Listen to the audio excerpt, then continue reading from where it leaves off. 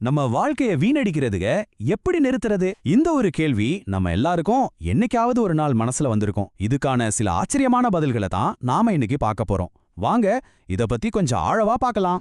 சரி வாங்க, இந்த பயணத்தை ஒரு கேள்வியோட ஆரம்பிக்கலாம். உங்களுக்கு வாழ வெறும் 4000 வாரங்கள் தான் இருக்குன்னா நீங்க என்ன பண்ணுவீங்க?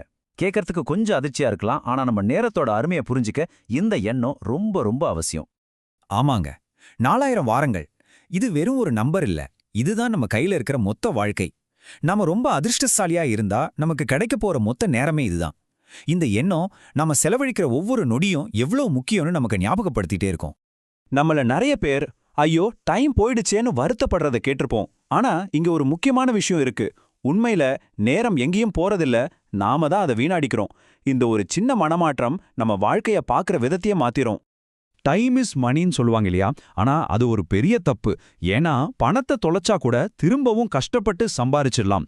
ஆனா நேரத்தை ஒரு தடவை விட்டா அவ்வளோதான், அது திரும்ப வரவே வராது. இதுதான் பணத்துக்கும் நேரத்துக்கும் இருக்கிற முக்கியமான வித்தியாசம். அப்போ நம்மளோட இந்த விலை மதிக்க முடியாத நேரத்தை திருடுறது யாரு? வாங்க நம்ம கண்ணுக்கு தெரியாம ஒழிஞ்சிட்டு இருக்கிற அந்த சைலண்ட் டைம் கில்லர்ஸை இப்ப பார்க்கலாம். ஒரு சராசரி மனுஷன் தன்னோட வாழ்க்கையில 7 வருஷத்தை சோஷியல் மீடியாவில் செலவு பண்றானா? யோசிச்சு பாருங்க, 7 முழு வருஷம். அந்த டைம்ல ஒரு டிகிரி கூட முடிச்சிருக்கலாம்ல.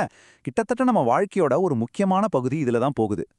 அந்த கணக்கு அதோட முடியல. அது கூடவே ஒரு 3 வருஷம் டிவி பார்க்கறதுலே போயிடுதான். இன்னும் ஒரு ஷாக்கிங்கான விஷயம், நம்ம போனை சும்மா நோண்டி பார்க்கறதுல செக் பண்றதுல மட்டுமே ஒரு முழு வருஷம் வீணாகுது. அப்போ கணக்கு பண்ணி பார்த்தா இந்த மாதிரி கவனச்சிதறல்கள்னால மொத்தமா 11 வருஷத்தை நாம இழக்கிறோம். இதுல கொஞ்சத்தை, ஏன் ஒரு 2-3 வருஷத்தை மட்டும் உருப்படியா பயன்படுத்திருந்தா கூட நம்ம வாழ்க்கையே தலைகீழா மாறி இருக்கும்ல. ஒரு புது மொழி கத்திருக்கலாம், ஒரு பிசினஸ் ஆரம்பிச்சிருக்கலாம், இல்லனா உலகத்தையே சுத்தி வந்திருக்கலாம் இல்லையா? சரி, போனது போகட்டும். இந்த நேரத்தை எப்படி மீட்கிறது? அதுக்கு ஒரு சூப்பரான வழி இருக்கு. அதுதான் 80-20 ரூல். அதாவது கம்மியா வேலை செஞ்சு நிறைய சாதிக்கிறது. எப்படின்னு கேக்குறீங்களா? ரொம்ப முக்கியமான 20% விஷயங்கள்ல மட்டும் கவனம் செலுத்துறது மூலமா. இந்த பாரேட்டோ கொள்கை என்ன சொல்லுதுன்னா, நம்மளோட 80% வெற்றிகள் வெறும் 20% முயற்சிகள்னால தான் கிடைக்குதாம். இதனால சும்மா பிஸியா இருக்கிறதுக்கும் உண்மையிலே ப்ரொடக்டிவா இருக்கிறதுக்கும் பெரிய வித்தியாசம் இருக்கு. அப்படின்னா என்ன? நம்மளோட பெரும்பாலான ரிசல்ட்ஸ் ஒரு சில முக்கியமான வேலைகள்ல இருந்து தான் வருது. அந்த சின்ன 20% முயற்சி தான் 80% ரிசல்ட்டை கொடுக்குது. அப்போ நம்ம மொத வேலை என்ன? அந்த பவர்ஃபுல்லான 20% எதுன்னு கண்டுபிடிக்கிறது தான். ஒவ்வொரு நாளும் காலையில உங்களுக்கு நீங்களே இந்த கேள்வியை கேட்டுக்கோங்க. இன்னைக்கு நான் செய்ய போற எந்த ஒரு வேலை மத்த எல்லா வேலையும் ஈஸியாக்கும் இல்லைன்னா தேவையே இல்லாம ஆக்கிடும். இந்த கேள்வி உங்களுக்கான அந்த 20% கண்டுபிடிக்க ரொம்ப உதவும். சரி, இப்போ நம்ம நேரத்தை மீட்கிறதுக்கான 2வது வழிக்கு போலாம். நம்ம நாட்களை நாமளே டிசைன் பண்றது. வாழ்க்கை இழுத்த இழுப்புக்கு போகாம நமக்கான வழியை நாமளே உருவாக்குறது.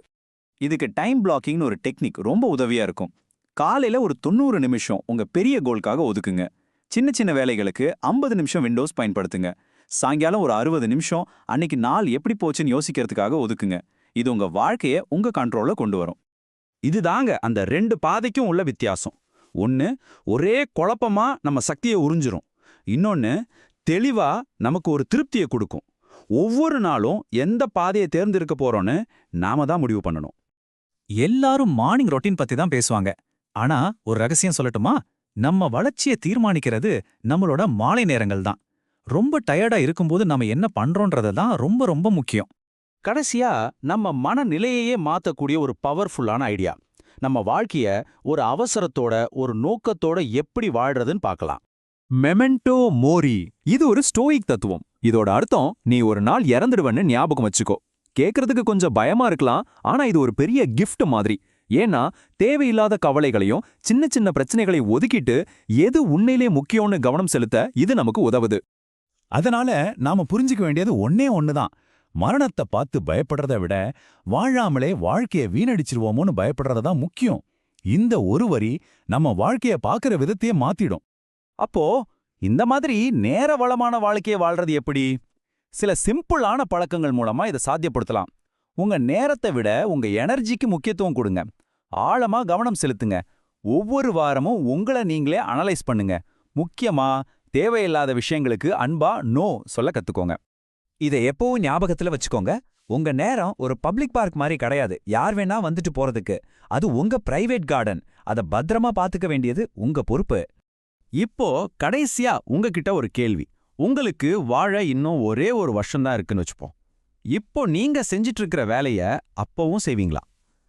இந்த கேள்விக்கான பதில் உங்க வாழ்க்கையே மாத்தலாம். யோசிச்சு பாருங்க.